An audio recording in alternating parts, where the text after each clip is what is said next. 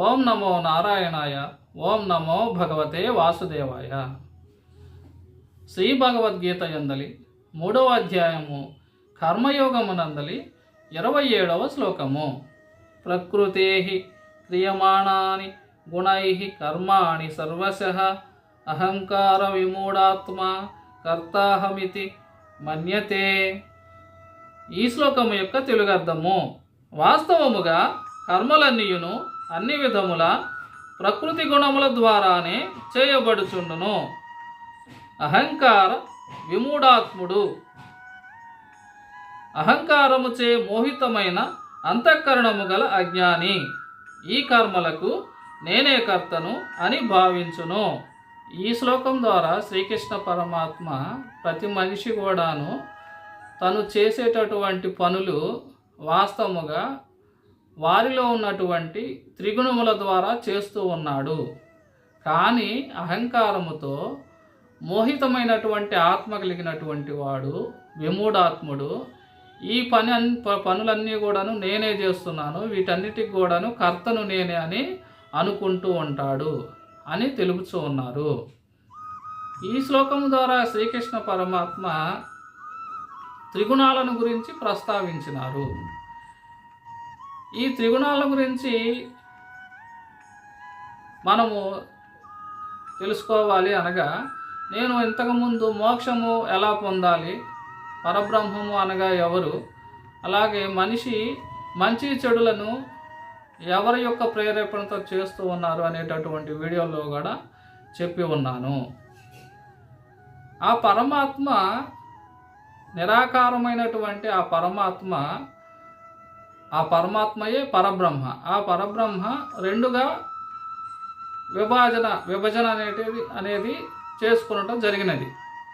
ఒకటి పరమాత్మ, అలాగే రెండు ప్రకృతి.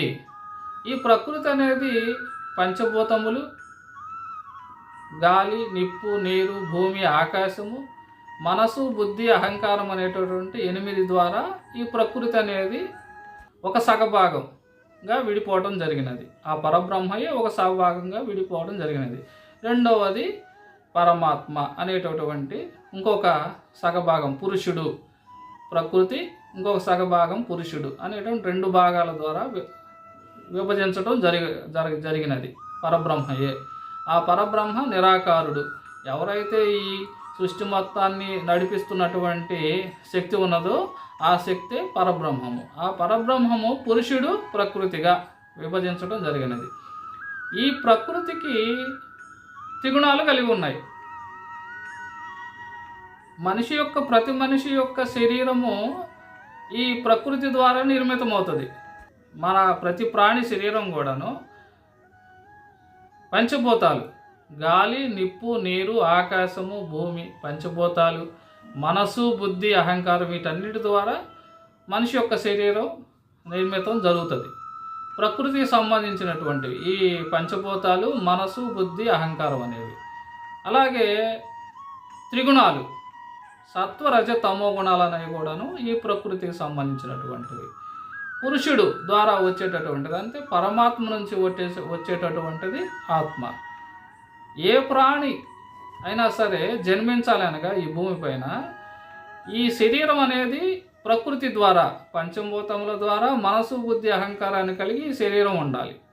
అలాగే పరమాత్మ నుంచి బీజరూపమున ఆత్మస్వరూపుడిగా వచ్చి ఈ శరీరంలో ఆత్మ అనేది కలిసినప్పుడు, జాయిన్ అయినప్పుడు ఆ ప్రాణికి ప్రాణం వస్తుంది, జననం జరుగుతుంది. ఆ విధంగా ఒక శిశువు మగ లేక ఆడ లేదా ఏ ప్రకృతిలో ఉన్న ఏ ప్రాణి అయినాను ఆ విధంగా జన్మిస్తాయి. అలా పుట్టినటువంటి మనిషి ఈ ప్రకృతికి బందీ అయిపోయి ఉన్నాడు. అనగా అలా జన్మించినప్పుడు ఆత్మ అనేది ఈ శరీరంలోకి వచ్చి చేరినది కదా, ఆ శరీరంలో బందీ అయిపోయి ఉన్నది. ఈ ప్రకృతి గుణాలకి బందీ అయిపోయింది ఈ శరీరానికి. ఆ ఆత్మ అనేది ఈ శరీరంలో వచ్చి చేరకపోతే ఈ శరీరానికి అసలు శక్తి లేదు.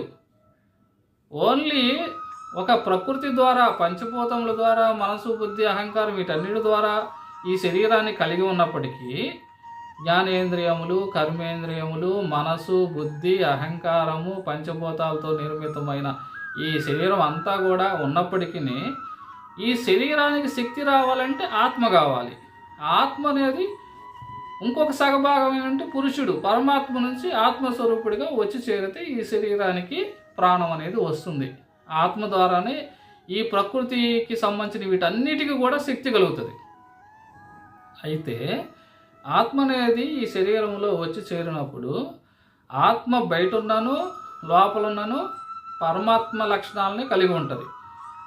ఒక దీపాన్ని తీసుకున్నాను, పెద్ద అగ్ని మంటను తీసుకున్నా, ఒక చిన్న దీపాన్ని తీసుకున్నా, ఆ అగ్నిగోళం మండుతున్న అగ్నిగోళంలో ఆ మంటకి అగ్నికి ఉన్నటువంటి లక్షణం ఏదైతే ఉందో అదే లక్షణాన్ని ఈ శరీరంలో చేరినటువంటి ఆత్మకు కూడా కలిగి ఉంటుంది. ఎందుకంటే అందులో నుంచే ఇది వచ్చినది కాబట్టి అలా వచ్చి ఆత్మ చేరుతుంది. అయితే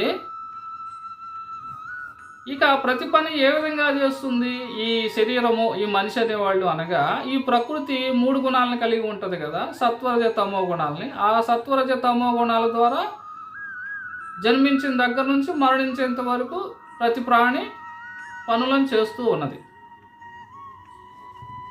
అయితే అహంకారం అనగా ఎవరైతే ఆత్మ అనేది తాను వాస్తవంగా, కానీ అహంకారం అనగా నేను నాది అనేటటువంటి భావన కలిగినటువంటి అతను ఈ శరీరాన్నే తానుగా భావించి, వాస్తవానికి అతను ఎవరు, ఏ ప్రాణిలో ఉన్నా సరే ఏ ప్రాణైనా ఎవరు అనగా ఆత్మయే తాను. కానీ మోహం కలిగినటువంటి అతను, అహంకారం కలిగినటువంటి అతను ఏమనుకుంటాడనగా ఈ పంచభూతాలతో నిర్మితమైనటువంటి శరీరము, జ్ఞానేంద్రియములు, కళ్ళు, ముక్కు, చెవి, నాలుక, చర్మము, చేతులు, కాళ్ళు, ఇవన్నీ కర్మేంద్రియాలు, జ్ఞానేంద్రియాలు, ఈ శరీరము ఇదంతా కూడా నేనే అని అనుకుంటూ ఉంటాడు. అతనునే శ్రీకృష్ణ పరమాత్మ ఇక్కడ అహంకార విమూఢాత్ముడు అని ప్రస్తావించడం జరిగినది. వాస్తవముగా అతను ఎవరు అనగా ఆత్మయే అతను. కానీ అతను ఏమనుకుంటున్నాడు అనగా ఆత్మ అనేదాన్ని నేను అనే భావంలో లేడు అతను. ఈ శరీరాన్ని నేను, పంచభూతాలతో నిర్మితమైన ఈ శరీరము, జ్ఞానేంద్రియాలు, కర్మేంద్రియాలు, మనసు, బుద్ధి ఇవంతా కూడా నేనే అని అనుకుంటూ ఉన్నాడు. అతను ఆ విధంగా అనుకుంటూ ఈ చేసే పనులు ఏ విధంగా చేస్తారు ప్రతి ప్రాణి కూడాను త్రిగుణాల ద్వారా చేస్తూ ఉంటాడు.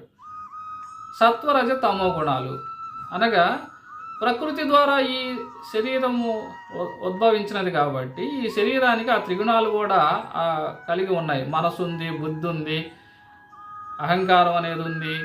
అలాగే త్రిగుణాలు కూడా ఈ పంచభూత నిర్మితమైన ఈ శరీరంలో కలిసిపోయి ఉన్నాయి కాబట్టి అతను ఏ విధంగా పనులు చేస్తాడు, సత్వగుణము కలిగినటువంటి అతను మంచి పనులు చేస్తూ ఉంటాడు. రజోగుణం కలిగిన అతను మంచి చెడు పనులు చేస్తూ ఉంటాడు. తమో గుణం కలిగిన అతను మంచి పనులు కానివి చేస్తూ ఉంటాడు. అలాగా 3 గుణాలు కలిగినటువంటి పనులు వాళ్ళు చేస్తూ ఉంటారు. కానీ ఈ అహంకారంతో ఉన్న అతను ఆత్మను నేను కాదు, ఈ శరీరాన్నే నేను, ఈ జ్ఞానేంద్రియములు, కర్మేంద్రియములు అన్నీ నేనే, మనసు, బుద్ధి అంతా కూడా నేనే అనగా ఈ శరీరమే నేను అని అనుకునేటటువంటి అతను ఈ పనులకి కర్తను నేనే అనుకుంటూ ఉంటాడు. కానీ వాస్తవముగా అతను అనగా ఆత్మ అది ఏ పని చేయదు. అది ఈ శరీరానికి, ఈ ప్రకృతితో నిర్మితమైనటువంటి ఈ శరీరానికి, పంచభూతములతో నిర్మితమైన ఈ శరీరానికి, మనసుకు, బుద్ధికి, ఈ త్రిగుణాలకి, వీటన్నిటికీ కూడాను అతి శక్తిని ఇస్తూ ఉంటుంది. అది లేనిదే ఈ ప్రకృతితో నిర్మితమైనటువంటి ఇది ఏవీ లేవు. అది ఓన్లీ ఒక శక్తిని మాత్రం ఇస్తూ ఉంటుంది ఆత్మే తాను. కానీ విమూఢాత్ముడేమనుకుంటాడు అనగా ఈ చేసే పనులన్నీ నేనే చేస్తున్నాను, ఈ శరీరమే నేను అనుకుంటూ ఉన్నాడు. కానీ వాస్తవముగా తనలో ఉన్న సత్వగుణం ద్వారా ఆ గుణం చేపిస్తూ ఉంది. ఆత్మ అనేది ఏమీ చేయటం లేదు. ఏ మంచి పని చేయటం లేదు, ఏ చెడు పని చేయటం లేదు. అది స్థిరముగా ఒక శక్తిని మాత్రమే ఈ బాడీకి ఇస్తూ ఉంది, ఈ శరీరానికి.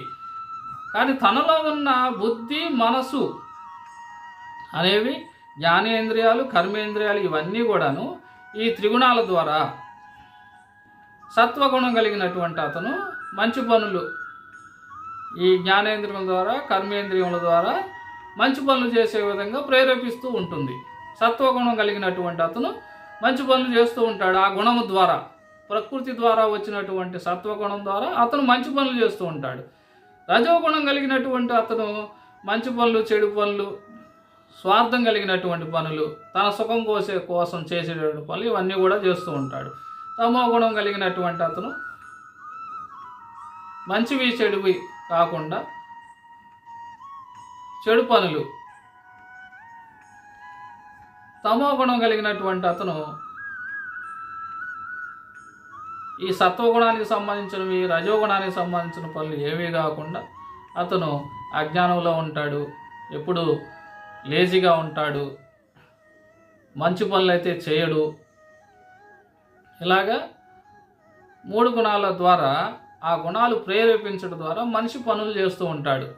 కళ్ళ ద్వారా, ముక్కు ద్వారా, చెవుల ద్వారా, నాలుగు ద్వారా, నోటి ద్వారా, చేతుల ద్వారా, శరీరం ద్వారా, కాళ్ళ ద్వారా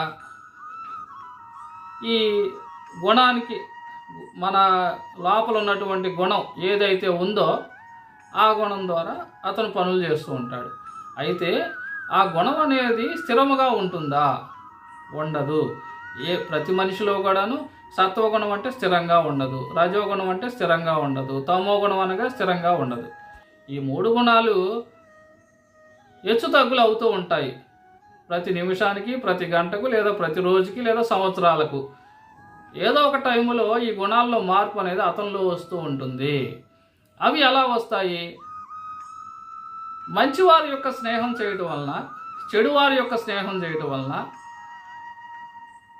సమాజంలో ఉన్నటువంటి మంచి చెడుల పరిస్థితులను స్వీకరించడం ద్వారా మనలో ఉన్న గుణాల్లో మార్పు వస్తూ ఉంటుంది. మంచివారి స్నేహం చేస్తే రజోగుణంలో ఉన్న, తమో గుణంలో ఉన్న అతను రజోగుణానికి, రజోగుణంలో ఉన్న అతను సత్వగుణానికి వచ్చే అవకాశాలు ఉన్నాయి. చెడువారి యొక్క సాన్నిహిత్యం వారి దగ్గర ఉన్నట్లయితే వారి యొక్క లక్షణాలు ఇతనికి వచ్చే అవకాశాలు ఉన్నాయి. అనగా సత్వగుణం నుంచి కిందకి దిగజారిపోవచ్చును. అతను మంచివాడైనప్పటికీ అతను ఉన్నటువంటి చెడు స్నేహాల వలన, చెడు వ్యక్తులతో సావాసం వలన అతను చెడుగా మారవచ్చును. ఆ విధంగా వారిలో సత్వరజతమో గుణాల్లో మార్పులు వస్తూ ఉంటాయి. ఆ గుణాల ద్వారానే అతను ఆ పనులు చేస్తూ ఉంటారు. అసలు జన్మించేటప్పుడు సత్వరజతమో గుణాలు ఎలా వస్తాయి? వాటికి ఏమన్నా వివక్ష ఉంటుందా? ఈ మనిషిలో నేను సత్వగుణాన్ని వెళ్ళిపోతాను, ఈ మనిషికి రజోగుణాన్ని వెళ్ళిపోతాను, ఈ మనిషికి తమో గుణాన్ని చేరిపోతానని వాటికి ఏమైనా వివక్ష ఉంటుందా అంటే అలా ఏమీ ఉండదు. ఎవరైతే తన యొక్క పూర్వజన్మలో చేసుకున్నటువంటి సత్కర్మలు, దుష్కర్మలు, ఇలాంటి కర్మల ద్వారా ఎవరైతే వారి యొక్క జీవన విధానాన్ని వారు నిర్ణయించుకున్నారో, ఎలాగైతే వారు జీవించి ఉన్నారో, ఆ కర్మల యొక్క ఫలితం ద్వారానే తదుపరి జన్మలో కూడా వారికి సంబంధించిన సత్కర్మ అనగా సత్వగుణము, రజోగుణము, తమో గుణాలన్నీ వస్తాయి. ఈ విధంగా ప్రతి మనిషి తత్వగుణం నుంచి రజోగుణమునకు, రజోగుణం నుంచి సత్వగుణమునకు, సత్వగుణము నుండి ఏ గుణము లేనటువంటి స్థితి అనగా మోక్ష స్థితికి వెళ్ళవలెను. ఈ 3 గుణాలలో ఏ గుణములో ఉండి కర్మలు చేసినా మరుజన్మ అనేది రాక మానదు. ఇంకో జన్మ అతను ఎత్తవలసిందే. ఈ 3 గుణాలు లేకుండా చేసుకున్నట్లయితే సత్వగుణము, రజోగుణము, సత్వగుణము ద్వారా మంచి పనులు చేస్తే పుణ్య ఫలితం వస్తుంది. రజోగుణము ద్వారా మంచి చెడు ఫలితాలు చేస్తే మంచి చెడు ఫలితాలు, పుణ్య పాప ఫలితాలు వస్తూ ఉంటాయి. వాటి ద్వారానే మరుజన్మ అనేది అతను నిర్ణయించుకుంటూ ఉంటాడు. మరుజన్మలో ఆ గుణాలనే మళ్ళీ తీసుకుని వచ్చి అనుభవిస్తూ ఉంటాడు. ఈ విధంగా జనన మరణ చక్రంలో మనిషి పరిభ్రమిస్తూ ఉంటాడు. అయితే ఇక్కడ మనకి ఒక ప్రశ్న వస్తుంది. అసలు ఆత్మ అనేది నేను అయినప్పుడు మరి రజోగుణము, సత్వగుణము, తమో గుణం ద్వారా పనులు చేస్తున్నారు. కానీ కర్తను నేను కానప్పుడు కర్త మనసు బుద్ధి అలాగనే సత్వరజ తమో గుణాలు త్రిగుణాల ద్వారా కర్మలు జరుగుతూ ఉన్నప్పుడు నాకెందుకు ఈ కర్మ అంటాలి, నేనెందుకు పాప పుణ్య ఫలితాలను అనుభవించాలి అనేటటువంటి ప్రశ్న కూడా వస్తుంది కదా. అందుకనే శ్రీకృష్ణ పరమాత్మ 2వ అధ్యాయంలో ఎవరైనా ఏ ఆత్మైనను చంపబడునని కానీ ఎవరి చేతనైనను చంపబడుతుందని కానీ అనేటటువంటి ఆలోచన ఉన్నట్టంట అతను అజ్ఞాని అని తెలపడం జరిగినది. అనగా ఆత్మ అనేది ఒక శరీరానికి వెలుగును మాత్రమే ఇస్తుంది. ఈ ప్రకృతితో నిర్మితమైనటువంటి జ్ఞానేంద్రియములకు కర్మేంద్రియములకు మనసు బుద్ధి అహంకారం వీటన్నిటికీ కూడాను ఒక శక్తినిస్తుంది అంతే. కానీ కర్మలు ఏ విధంగా జరుగుతాయి? త్రిగుణాల ద్వారా జరుగుతాయి. కాబట్టి శ్రీకృష్ణ పరమాత్మ ఆ విధంగా తెలపడం జరిగినది. అయితే త్రిగుణాల ద్వారా కర్మలు జరిగినప్పుడు ఆ పాపం ఆత్మకి ఎందుకు అంటాలి? ఆత్మ ఎందుకు ఆ పుణ్యపాప ఫలితాన్ని అనుభవించాలి అని అన్నప్పుడు మనం దీని ద్వారా ఒక తెల్లటి పేపర్ని ఆత్మని మనం అనుకున్నప్పుడు ఆ తెల్లటి పేపర్ మీద ఒక సువాసన కలిగినటువంటి మంచి వాసన కలిగినటువంటి ఏదైనా పదార్థాన్ని ఉంచి కొంతకాలం ఉంచి ఆ పదార్థాన్ని తీసేస్తే ఆ వాసన అనేది ఆ తెల్లటి కాగితానికి కూడా అంటుకుంటుంది. అలాగే ఒక చెడు పదార్థం బ్యాడ్ స్మెల్ చెడు వాసన కలిగినటువంటి పదార్థాన్ని ఆ కాగితంలో ఉంచినా లేదా ఒక నూనె కలిగినటువంటి నూనెతో తయారు చేసిన ఒక వంటకాన్ని ఆ కాగితం మీద ఉంచిన ఆ కాగితానికి అవి అంటుతాయి. ఆ పదార్థాన్ని తీసేసినా సరే ఆ తెల్లటి కాగితానికి దానికి సంబంధించినటువంటి మరకలు అనేవి లేదా ఆ స్మెల్ అనేది అంటుతుంది. అదేవిధంగా విమూఢాత్ముడు అని అనుకుంటున్నాడు, వీటన్నిటికి కూడా కర్త నేనే అనుకుంటూ ఉన్నాడు. ఈ ఆత్మను నేను కాదు, ఈ శరీరమే నేను అనుకుంటూ ఉన్నాడు. అలాగే అతను అనుభవించేటటువంటి ప్రతి కర్మను తను అనుభవిస్తూ ఉన్నాడు. కాబట్టి ఏ మంచి పని చేసినాను ఏ చెడు పని చేసినాను తను ఆ విధంగా ఆపాదించుకుంటున్నాడు. కాబట్టి ఈ శరీరం మొత్తానికి త్రిగుణాలకు పంచభూతాలకి శక్తి అంతా కూడాను ఆత్మ ద్వారా వస్తుంది. కాబట్టి తనే కర్తనని అనుకుంటూ ఆ పనుల కర్మలు అనేవి జరుగుతూ ఉన్నాయి. కాబట్టి ఆ కర్మలు అతనికి అంటుతూ ఉన్నాయి. ఒక వెహికల్ అనేది నడవాలి అనగా విద్యుత్ కానీ పెట్రోల్ కానీ డీజిల్ కానీ అవసరం. ఆ పెట్రోల్ని కానీ డీజిల్ని కానీ లేదా ఒక కరెంట్ సప్లై కానీ అతను ఆ వాహనానికి ఇచ్చినప్పుడు ఆ ఇంజిన్ అనేది స్టార్ట్ అవుతుంది. స్టార్ట్ అవుతే రోడ్డు మీద వెళ్తుందా? వెళ్ళదు. దాన్ని నడపాలంటే ఒక డ్రైవర్ కావాలి. ఆ డ్రైవరు దాన్ని నడపాలి. అయితే ఆ వెహికల్ అనే దాన్ని శరీరం అని మనం అనుకుని ఆ వెహికల్లో ఉన్నటువంటి విద్యుత్ ప్రవాహాన్ని కానీ ఇంధనాన్ని కానీ ఆత్మని మనం అనుకున్నట్లయితే ఆ వెహికల్కి శక్తిని ఇచ్చేటటువంటిది ఏదైతే ఉందో దాన్ని ఆత్మని అనుకున్నప్పుడు ఆ వెహికల్కి శక్తి అయితే వచ్చింది. పెట్రోల్ ద్వారా డీజిల్ ద్వారా విద్యుత్ ద్వారా ఇంకా ఇతర వాటి ద్వారా శక్తి అయితే వచ్చింది. కానీ ఆ వెహికల్ పోతుందా? వెళ్ళటం లేదు. దాన్ని నడపడానికి డ్రైవర్ కావాలి. అనగా బుద్ధి మనసు జ్ఞానేంద్రియాలు కర్మేంద్రియాలు. బస్సు నడవాలంటే చక్రాలు ఉండాలి, డ్రైవర్ ఉండాలి, దానికి సంబంధించిన వాళ్ళందరూ ఉండాలి. అలాగే మన శరీరం నడవాలన్నా కూడా మనసు బుద్ధి జ్ఞానేంద్రియాలు కర్మేంద్రియాలు కళ్ళు లేకుండా మనం నడవలేం, నోరు లేకుండా మాట్లాడలేం, నాలుగు లేకుండా రుచి చూడలేం, భోజనం చేయలేం, అలాగే నోటి ద్వారా మాట్లాడాలి. ఇవన్నీ ఉంటేనే కదా మనిషి ఏ పనైనా చేయగలుగుతాడు. శరీరంలోకి అయితే ఆత్మనే ఒక శక్తి వచ్చింది, వెహికల్లోకి ఎలక్ట్రిసిటీ వచ్చినట్లుగా. ఇవన్నీ ఉంటే ఈ శరీరం నడుస్తుంది. అలాగే డ్రైవరు ఆ వెహికల్కి చక్రాలు టైర్లు ఇవన్నీ ఉంటాయి కదా, ఆ డ్రైవరు నడుపుతూ ఉన్నాడు. అనగా బుద్ధి మనసు వీటన్ని ఎలాగైతే ఉన్నాయో మన బాడీ అలాగే డ్రైవరు చక్రాలు ఇవన్నీ ఉండి నడుపుతూ ఉన్నాడు. ఇప్పుడు ఏం జరిగిందంటే ఆ డ్రైవరు సరిగ్గా నడపక ఇంకో వెహికల్కో లేకపోతే ఎక్కడో ఆ వెహికల్ని గుద్దేశాడు. గుద్దేస్తే డ్రైవర్ ఒక్కడే దెబ్బలు తగులుతాయా? తగలవు కదా. డ్రైవర్తో పాటుగా ఆ వెహికల్ ఉన్నటువంటి బాడీకి దెబ్బలు తగులుతాయి. ఆ వెహికల్లో ఉన్న కరెంట్ సప్లై ఆగిపోద్ది. ఏదైనా డ్యామేజ్ జరిగినప్పుడు వెంటనే ఇంజిన్ ఆగిపోతుంది కదా, అలాగే కరెంట్ సప్లై ఆగిపోతుంది, ఇంజిన్ ఆగిపోతుంది, శక్తి ఆగిపోతుంది, వెహికల్ డ్యామేజ్ అవుతుంది. అలాగే తప్పు చేసింది ఎవరు? డ్రైవరు. పనిష్మెంట్ ఎవరికి వచ్చింది? ఆ వెహికల్ బాడీకి వచ్చింది, సప్లై పోయింది, ఆ ఇంజిన్ శక్తిని కోల్పోయింది, ఇవన్నీ జరిగాయి. అట్లాగే మన ఆత్మ కూడాను చేసేటటువంటి పనులు చేసేదేమో మనసు, బుద్ధి, జ్ఞానేంద్రియాలు, కర్మేంద్రియాలు. వాటి యొక్క ఎఫెక్ట్ అనేది ఆత్మ కూడా తీసుకోవాల్సి వస్తుంది. ఎందుకనగా దానన్నిటికీ శక్తి ఇచ్చింది ఆత్మే. అలాగే నేను ఆత్మని కాదు, ఈ శరీరాన్ని నేను అనుకున్నదే ఆత్మే, అలాగే ఈ పనులన్నీ నేనే చేస్తున్నాను అనుకున్నది కూడా ఆత్మే. కాబట్టి అది ఆ విధంగా ఆపాదించుకున్నది. కాబట్టి ఒక తెల్లటి కాగితం మీద ఒక చెడు వాసన కానీ మంచి వాసన కానీ పెడితే ఆ తెల్లటి కాగితానికి ఎలా అంటుతుందో ఇవి కూడా ఆ ఆత్మకు అంటి అది ఆ కర్మ ఫలితాన్ని మోసుకొని పోవచ్చు, మంచి చెడు కర్మలను తీసుకొని పోవచ్చు,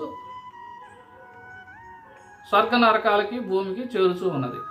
ఎప్పుడైతే ఈ మనిషి ఈ 3 గుణాలని తనలో నుంచి తీసేస్తే, అనగా నిర్గుణుడు అనగా పరమాత్మే, భగవంతుడికి ఆకారం లేదు, గుణాలు లేవు. కాబట్టి నిర్గుణుడు అయిపోతాడు. అప్పుడు మరుజన్మ అనేది లేదు. ఆయన మంచి పని చేయడు, గుణం అనేదే లేనప్పుడు, త్రిగుణాలు అనేవే అతను జయించినప్పుడు, అతను మంచి పని చేయడానికి, చెడు పని చేయడానికి ఇక గుణాలే లేనప్పుడు ఏ పని చేస్తాడు? అతను ఏది చెయ్యడు. కాబట్టి అతను మరు జన్మ ఎత్తాల్సినటువంటి అవసరం లేదు. ఆ స్థితిని మోక్షాన్ని పొందేటటువంటి మార్గాలను తెలిపేటటువంటిదే భగవద్గీత. శ్రీకృష్ణ పరమాత్మ త్రిగుణాత్ముడుగా మారాలి, మోక్షాన్ని పొందాలి, మరు జన్మ లేకుండా చేసుకోవాలి అనగా ఏ విధంగా మన జీవితాన్ని గడపాలి అనేటటువంటి విషయాల్ని ఈ భగవద్గీతలో తెలిపినారు. ఈ త్రిగుణాలు అనేవి త్రిగుణాల ద్వారానే జరుగుతూ ఉన్నాయి. కాబట్టి కర్మలన్నీ కూడాను శ్రీకృష్ణ పరమాత్మ అందువలనే ఈ శ్లోకం ద్వారా విమూఢాత్ముడు అనే అతను, అంటే అహంకారం కలిగినటువంటి అతను నేనే కర్తనని అనుకొనుచు ఉన్నాడు. కానీ వాస్తవముగా ఈ కర్మలన్నీ కూడా త్రిగుణాల ద్వారా జరుగుతూ ఉన్నాయి అని ఈ శ్లోకం ద్వారా శ్రీకృష్ణ పరమాత్మ తెలుపుతూ ఉన్నారు. ఓం నమో నారాయణాయ, ఓం నమో భగవతే వాసుదేవాయ.